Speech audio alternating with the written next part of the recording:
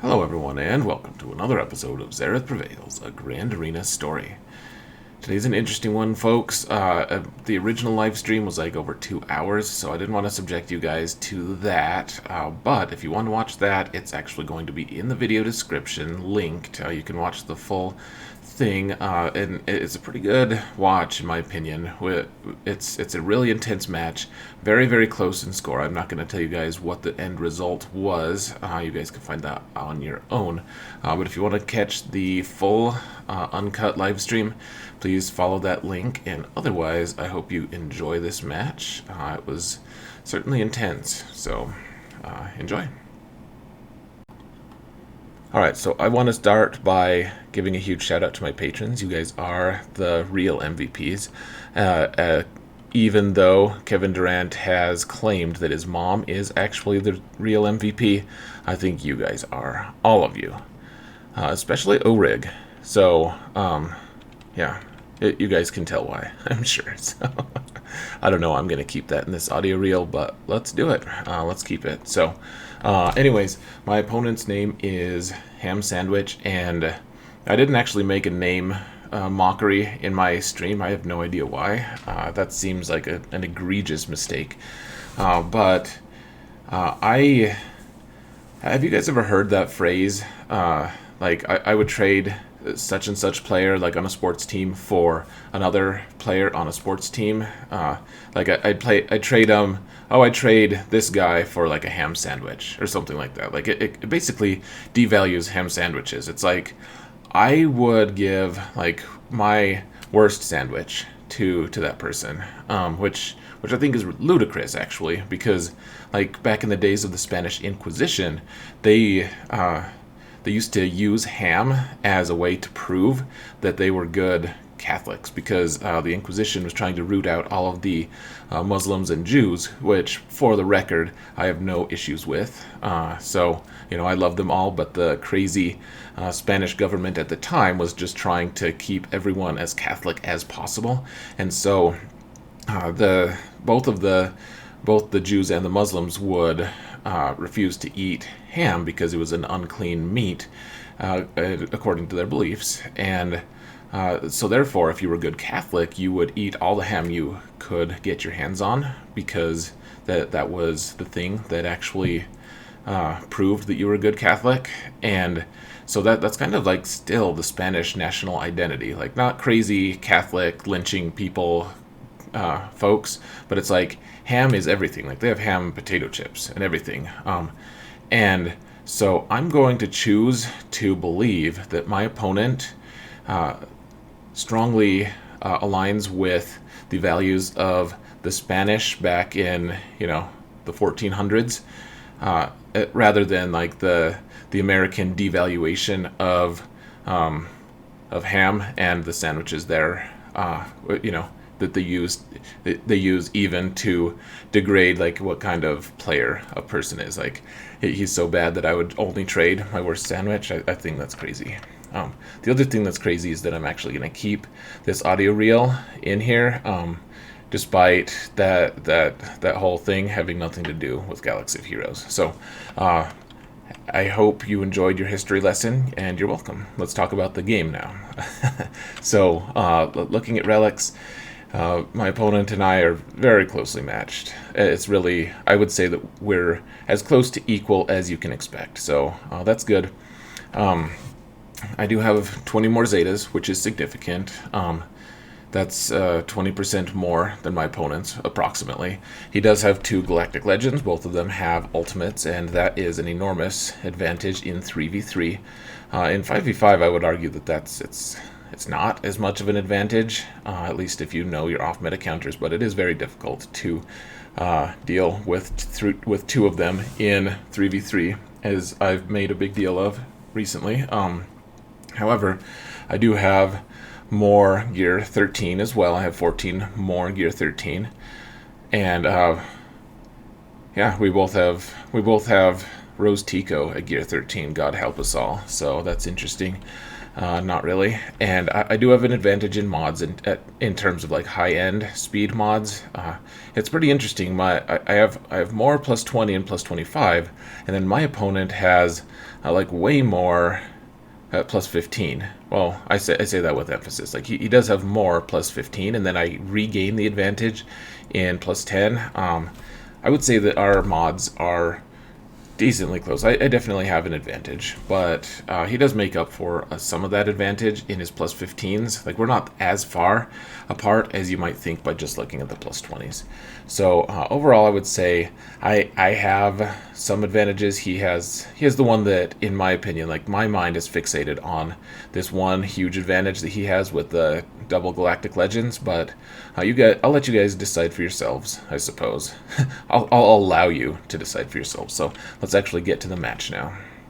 So I typically pride myself on placing a pretty strong defense, and there was no exception. I definitely placed a very strong defense. My opponent ended up getting an incredibly high score on me, higher than I've ever had on me, and my defense isn't weak, in my opinion, so you guys could tell me what I did wrong. Maybe I think I could have made it a little bit different. So on this bottom zone here, you can see I have Darth Revan, the full bastard version. I have this weird Dengar team, which I think I need a different piece for that squad, frankly, and then General Grievous, who they all got one shot. Obviously, every team got one shot. In fact, my opponent only dropped a total of 18 banners total.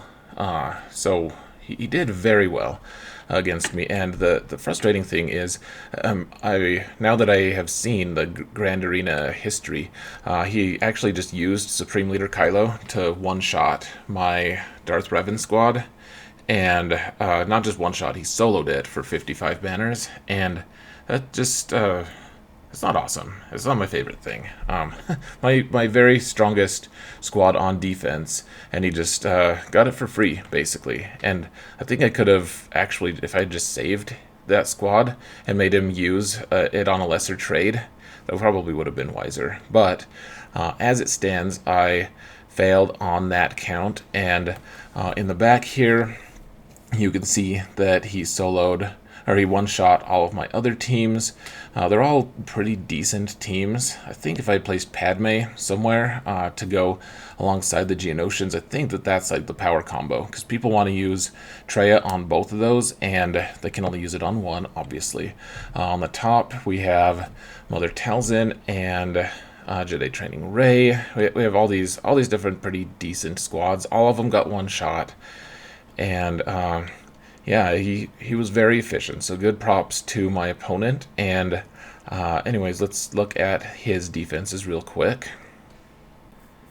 So he put Rey with some just forgettable characters down, and then a full bastard Darth Revan squad of his own, and General Grievous, of course. Now, his squads are all pretty strong. The good news was he had attacked first, and so I knew, I was certain that he had soloed my Darth Revan squad with Supreme Leader Kylo, so I didn't have to worry about Kylo being in the back zone, because he didn't have anything else that could beat that squad in one shot for this efficient of banners. Now on the top zone, there's a little bit of wiggle room. These squads are not very strong. The Kylo Ren team is strong. The ROLO team is a little bit worrisome because it's not something I had really ever matched against. But only gear 12 on Nest. Seemed like there was some room here. And then depending on what was in the back zone, I thought maybe it was possible that I could get a decent score against my opponent. The critical factor being, it's still really tough to counter that Darth Revan squad and Rey for good banners. Like, I would have to drop like basically all of my banners in that front zone in order to even have a chance. And then once I dropped all the banners, then I would I'd be allowed to try to get full perfect points. So the first match, of course, is going to just be against this Rey team. I do have Supreme Leader Kylo for this, and I mean, the issue here is I have the option to either get 46 banners or 47 banners. It really doesn't matter. If they have a non-ultimate Rey, you can usually take Watt, and that's it alongside him, and Supreme Leader Kylo can then get better banners at least. But as it stands,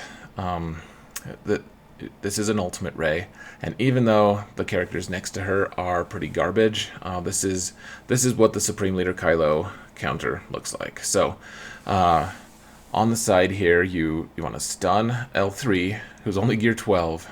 Really just throw in characters here, but still enough to drain all of my banners in one shot. So stun both of them on both sides, and then Thrawn is going to, of course, get the fracture on Rey, and now we need to do work. We need to get to our ultimate on Supreme Leader Kylo, so we're going to do an AoE.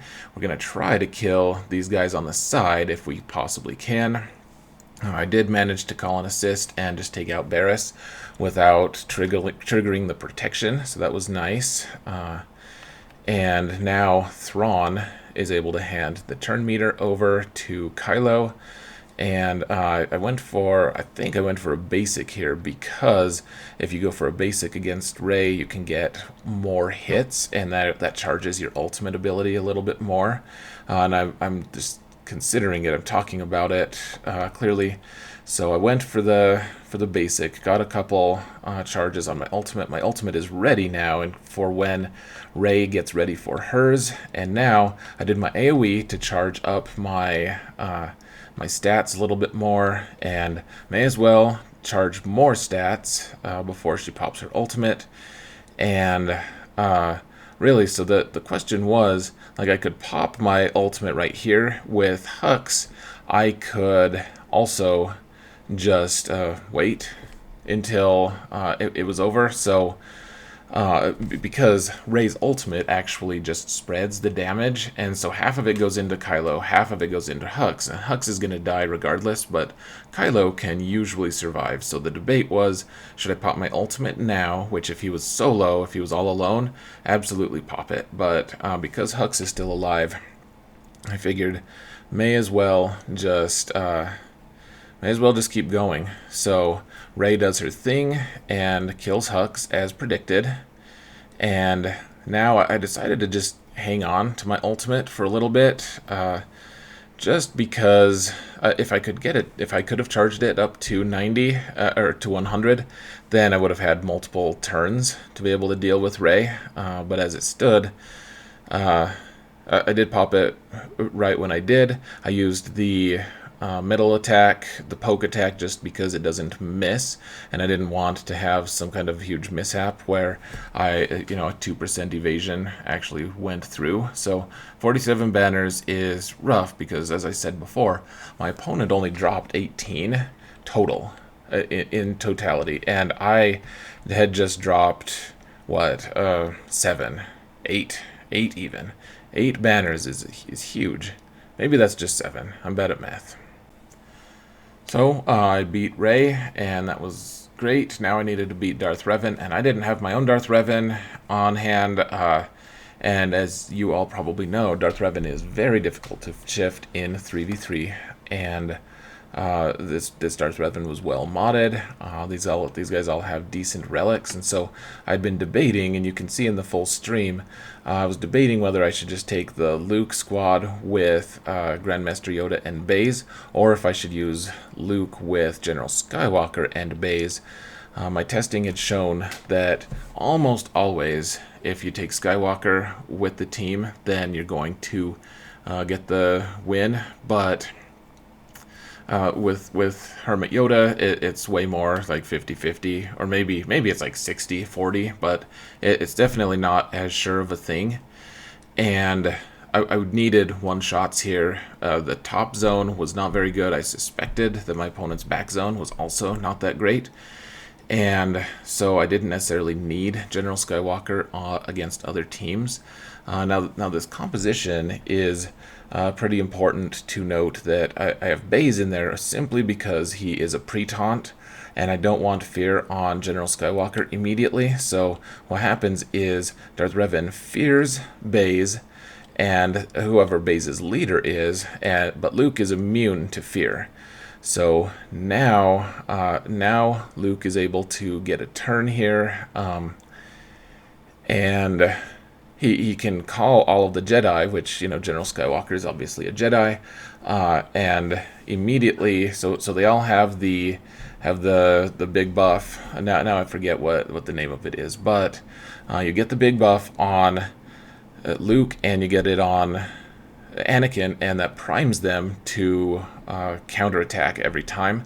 And the question is now, do I use the call to assist with Luke here or not? And it was actually a pretty easy answer because Baze was not going to do much damage to Malak, and the only other reason to do that call to assist would be to give the Jedi will buff to them, and they already had that. So then, of course, Revan went. He did an AoE, so they both countered and killed Malak, and that was all she wrote. So pretty poor banners there. I dropped another 6, so I've already dropped 13 of the 18 I'm allowed to, which is not great. Like, I have to play pretty close to perfect at this point. So we still need to see what's in the back, and there's this General Grievous squad. The B2 was well modded. He has Create a Void arrow on him and everything. And so the only team that I really felt that comfortable in using against this squad to one-shot it was my Jedi Revan. And so that's what I ended up taking. And honestly, this squad can fail against General Grievous. I've seen it. My opponents have been telling me that my General Grievous squad with this composition can actually do this as well. And so I started off, actually, this is a weak move. I targeted B2, and that's kind of the traditional move to start with against droids with Jedi Revan. And what I quickly realized was my folly. Like, B1 is so fast and has so much offense that he's just going to heal B2 every time he goes, and I'm not going to get any damage in, and all my guys are just going to die. You can see Hermit Yoda, or Grandmaster Yoda, has already triggered Savior. So what I decided to do here was just focus on B1 first, and I honestly think that that's the better strategy in general. At this point, at least against a really well-modded General Grievous squad, because B1 is the one who's giving them all that extra turn meter. He is healing them, and even though B2 consistently does all these debuffs, he gets rid of your buffs, exchanges them for debuffs, and gives turn meter. Overall, like, B1 is way more effective in terms of like who he actually impacts. So you can see that I made an error there. I had buff immunity on Yoda, and I tried to spread buffs, and that was a fail. But in the end here, I was able to. I was like, man, should I just kill B1 here? I decided to mark B2, and then I could just use an AoE from Hermit Yoda, or from Grandmaster Yoda, to take out B1. And now that B1 isn't around to heal his compatriots, I was able to just take out B2 relatively easily. You can see how fast he went down as opposed to when I was trying to take him out initially. And Grievous is killing my guys. He's already killed Revan once. Now he's killed Yoda. But the key is just keep getting basic attacks from Jolie in so that it reduces his cooldown to revive. And now that it's just General Grievous, we can actually get some work done. And he's been charging his health this whole time, so he has a pretty big health pool at this point.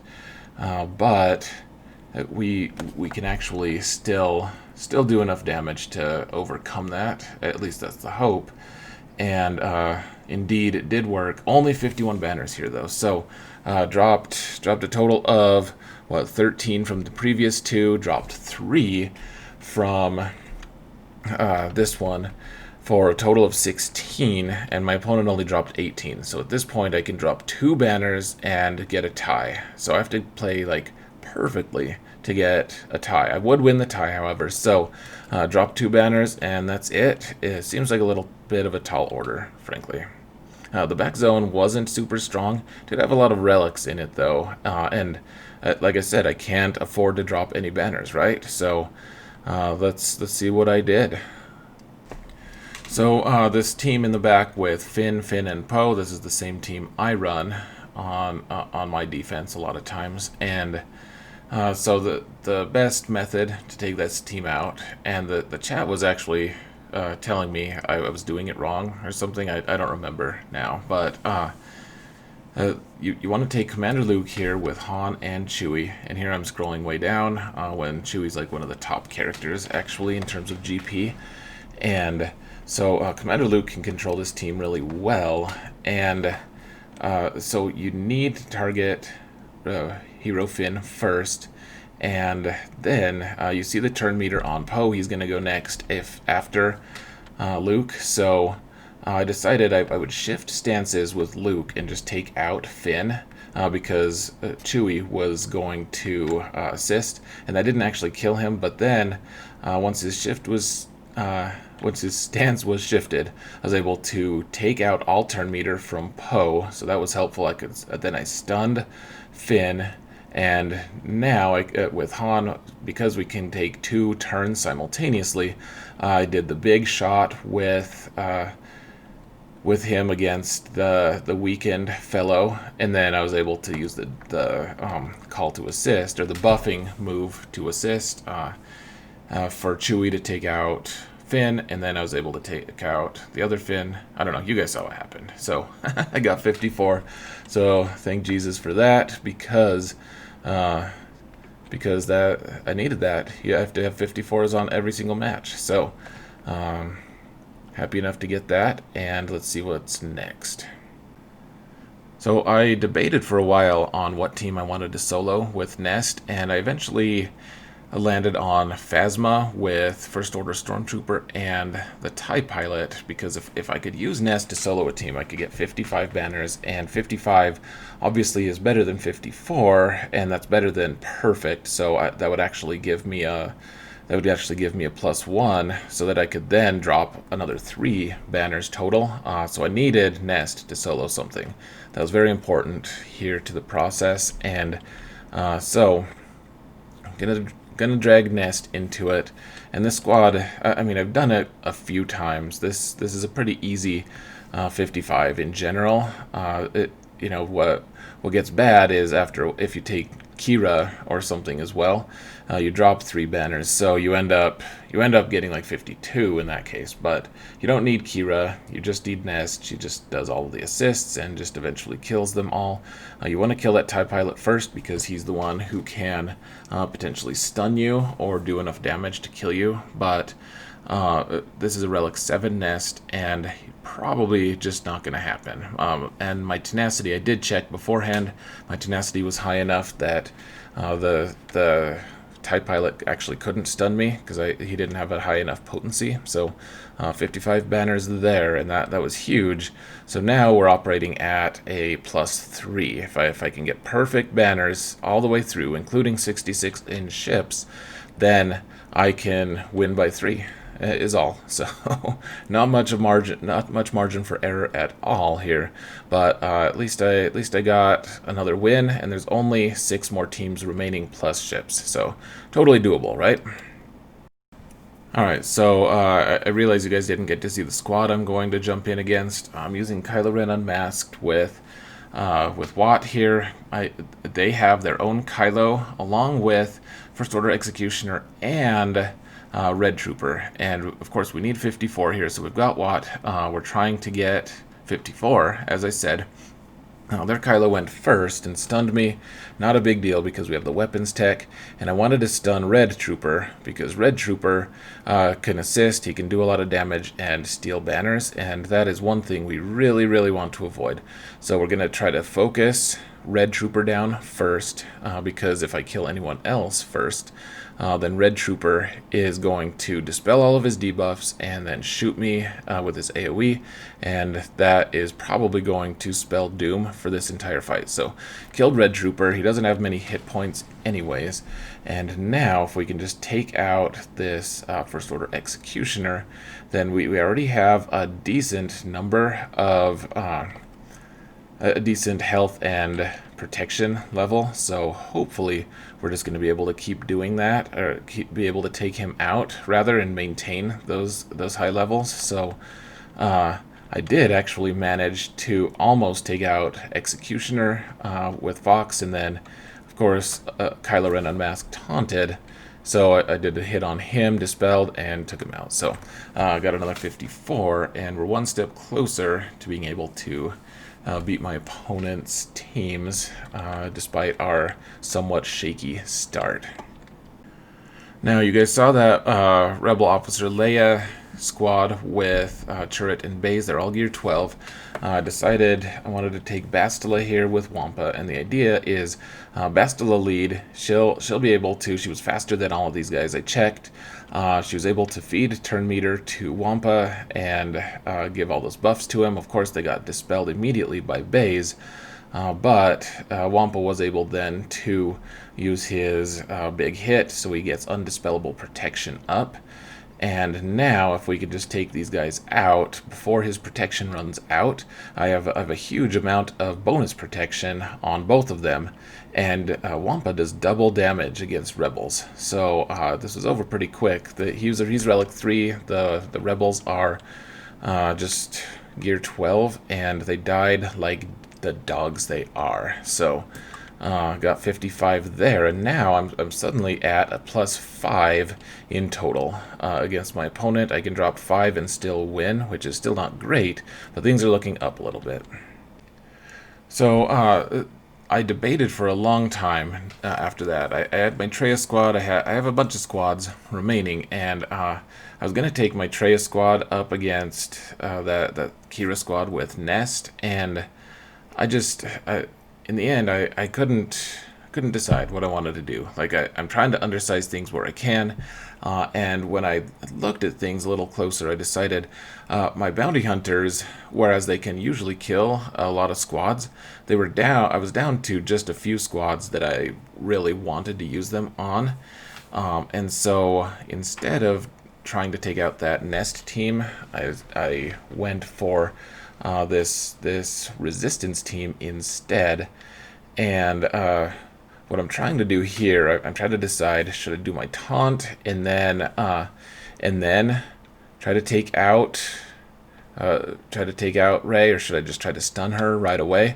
And Jango did some work there. He got a huge hit off on Rey. She's the one who does all the damage on that squad. So if we can neutralize her, that's going to be huge, obviously. And so I was able to take her out, and now we just need to pray that we can take these other guys out before Holdo does her AoE and does a ton of damage, which obviously she did do her AoE, but it didn't do a ton of damage, so I was able to heal from that.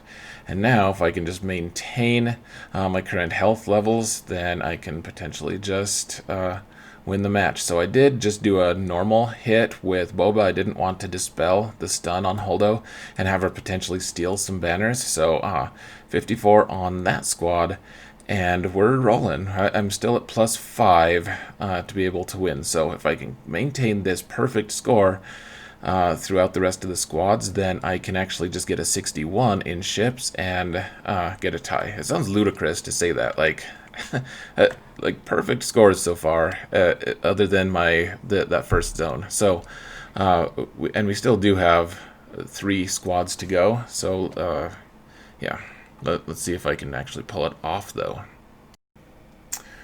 Okay, so next I had my Padme team available, and needed to take out this HK droid team, and I was trying to debate what I needed to do. I decided I wanted to go for the stun on Droidica. If I could get the undispellable stun, that would be super nice. Droidica would have to wait for a turn to be able to do anything. And then I was like, well, what if I shot Magna Guard? Magna Guard would counter, and I'd get a little bit of protection up from his counter, and I'd also get protection up on the other 2 guys. And honestly, I think that was a mistake. I think with Padme, I should have just done the mass assist and tried to stun Droidica or something.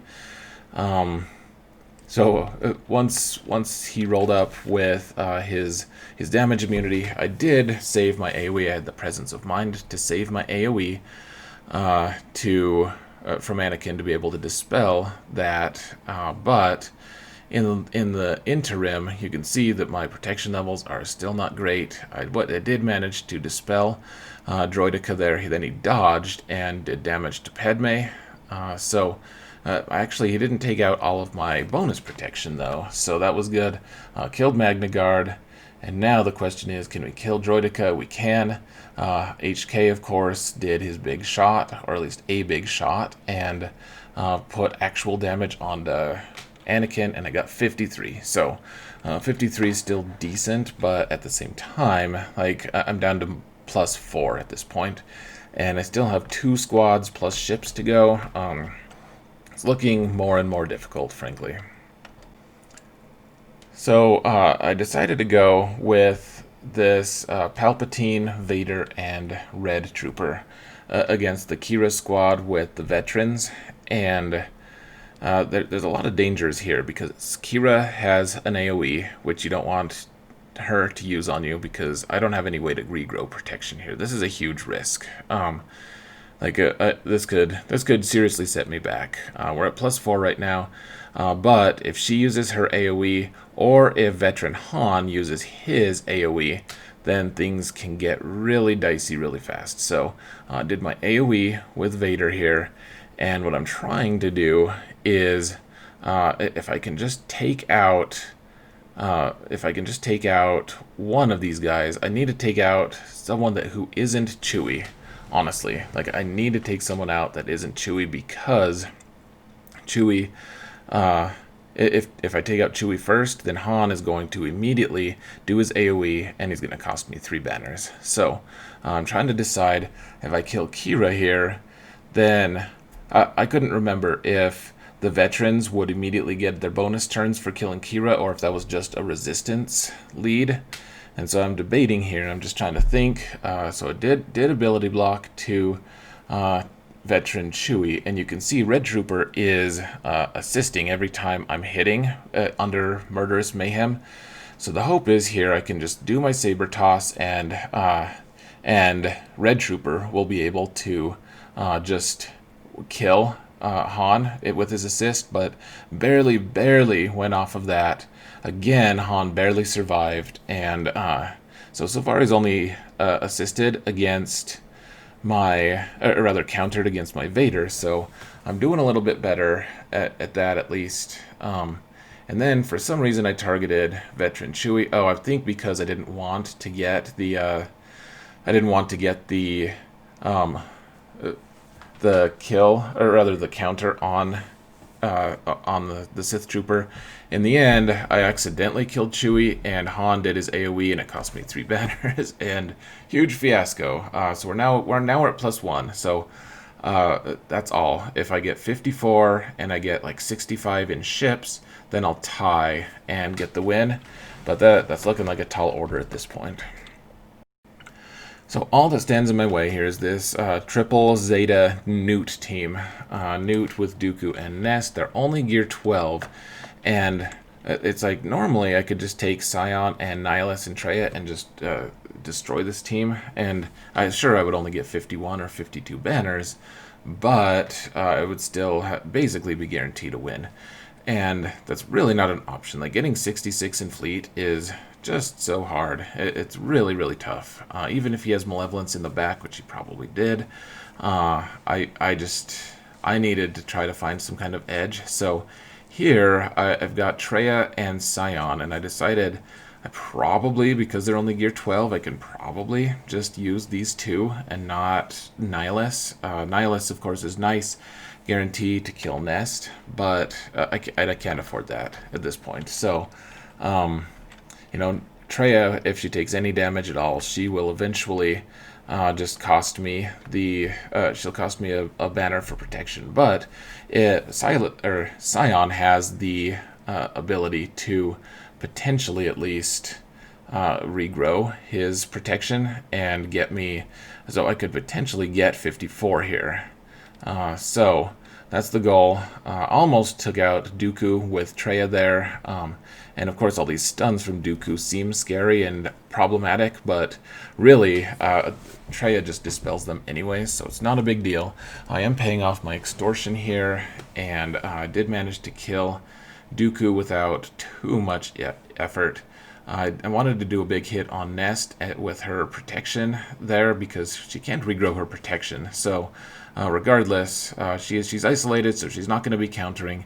Probably better just to do it and take out her protection where I can. And now we need to take out Newt twice. Now you see I'm starting to whittle away at Nest. I don't want to do more damage to her, but now that her protection is gone, I can actually start focusing on Newt a little bit more. Now this is actually different than I remembered it. I took out Nest early on, I think just because I had the opportunity, and now the goal is I really need to, so I'll need to kill Newt twice, and I need to make sure that he has fear on him. When I do take him out in the final hit, Scion needs to be able to regrow all of his protection if possible. So here I was debating, should I use my my big hit and try to regrow my protection, but it was a little too early. So now just keep paying that extortion, and if I can get daze on Newt when he dies, you see he didn't immediately take a bonus turn. So so now we have a chance. We need to hit him, get fear on him, and then if we can avoid killing him with Traya, then we can do a big hit and hopefully regrow all of my protection on Scion before the match is up, and hopefully get a 54 for this mission. So it needs to be a pretty big hit on Newt, and the truth is I didn't actually get the protection bonus. So pretty devastating. I need 66 in ships in order to tie, and this is where I spend a very long time on the stream, and people all still watched it. It was kind of interesting. A lot of people had suggestions, and I decided to practice in Arena just to see if I could. I knew that my normal Negotiator comp would get like up to 63 banners, but I had never gotten more than like 64, I think, and I needed 66, so I needed to try a few new compositions. And I'm going to fast forward all of that. If you guys want to see all that practice, go to the video description below. It will be linked, but otherwise, let's skip forward to the fight itself. It was very intense. Alright guys, let's see if this is enough.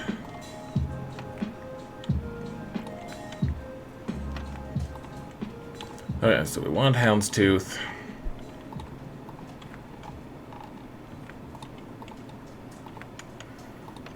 Alright, we'll try this, guys. We will try it. The Vulture the first tap, then normally Anakin's AoE. Or the one from the capital ship kills it. Just put it on auto. That suggestion all night. Alright, well, so we need 66 to tie. I really don't think it's going to work, but we're going to try. We put in the work for it. We put in the work.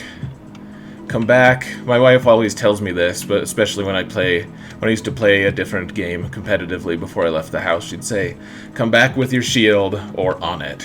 And that's like one of my favorite things. Like, you either win and you come back and you've got your shield, or you die and you come back on it. They carry you on your shield. But either way, you don't drop your shield and run away. Like, you don't just cop out. So that's what we're gonna do here. The Spartan motto, exactly. Exactly. So we did our work. We did the work. If it fails, that happens. But let's go out. Let's give it our best try.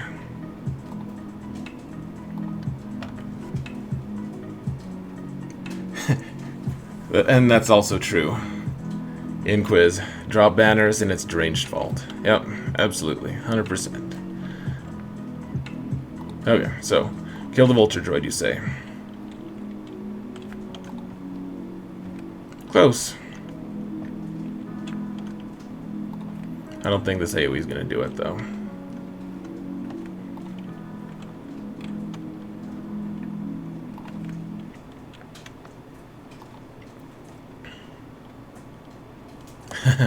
And we got the buff immunity. Damn it all. Okay, well, still doing that. Because that's what I've been taught. I've been taught that. We get Poe in to dispel some of this nonsense.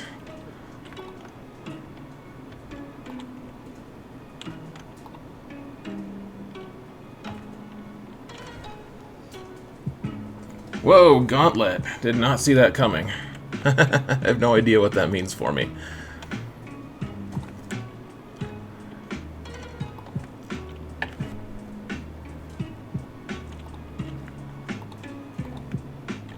Ando says it's good. Okay, so I got rid of that vulture at least.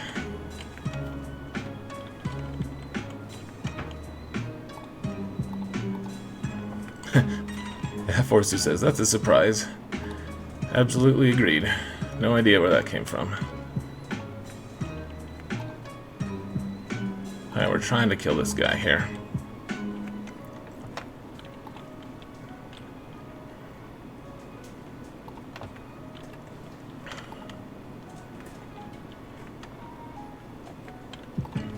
Alright, so let's do the Y-Wings.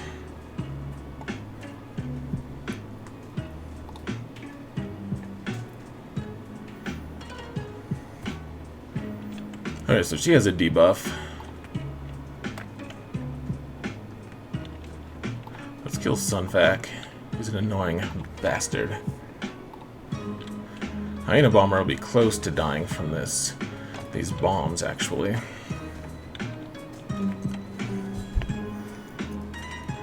Alright, does this get it if we kill Gauntlet?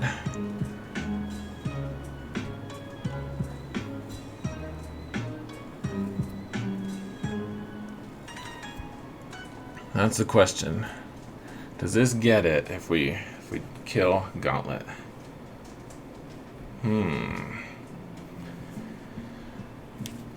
I don't know. Like, Houndstooth might have a lot of protection, I'm just not sure. It's 2 banners lost. So Anakin, I think this is good. I think I'm safe. You just don't know, like, Ahsoka might be full, or she might not be.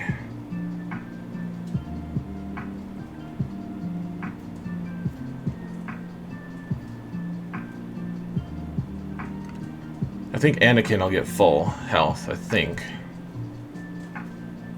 Alright, let's try it. Let's just do it, guys. Let's see what happens. Oh, no! Oh, man. Maybe we did the math wrong. Let's do the math wrong. No! Oh, man. Damn it all, yeah. Oh, shoot.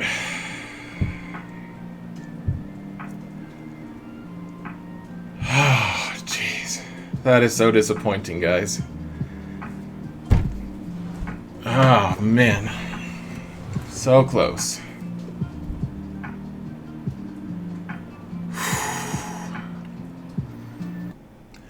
And that was it, folks. I lost by a banner. It's such a bummer. I'm still bummed out. So, anyways, it was a good match. My opponent played it well, and he did me the favor of attacking before I did my attacks, so I appreciate that. Always good etiquette to do that if you know the guy you're going to be facing is a streamer. So, yeah. Anyways, guys, next week I have Galactic Ray at Relic 7, so that should change a few things. And I already actually had my first match with her, and I will say it changed some things, and some things were surprising. So stay tuned for that, and I'm going to let you go here. If you liked the video, I would appreciate a like in return, and otherwise, thank you all so much for watching, and remember that in all things, Xaereth prevails. Even in getting 1 point losses against Galactic Legends. Dear Lord.